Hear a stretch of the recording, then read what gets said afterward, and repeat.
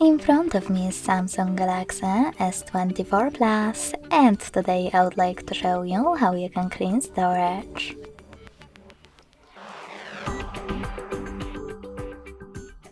Begin by opening Play Store and getting free app code files by Google Developer.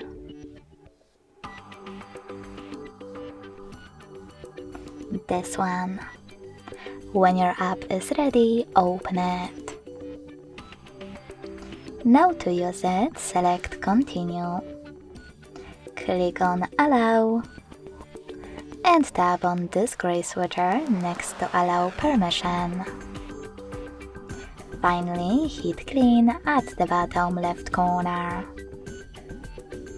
Then click Clean under Junk Files and confirm your choice by selecting Clear in the pop-up.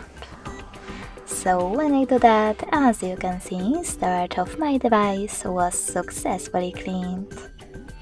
Thanks so much for watching. If you enjoyed this video, leave a like, comment and subscribe.